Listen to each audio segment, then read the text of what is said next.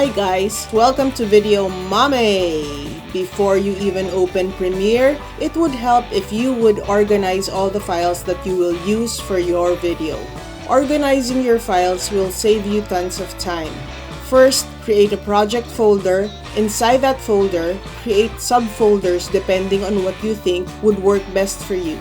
For the short videos that I do nowadays, I usually just create one folder for music, one for voiceovers, maybe one for graphics, and lastly one for text frames. The folders that you should create will totally depend on what kind of materials you will be using for your video.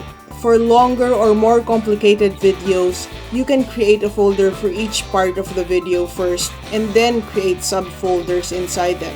Organize your files in a way that you think would work best for you. If you want to learn more, check out my next video, and if you haven't done so yet, please subscribe.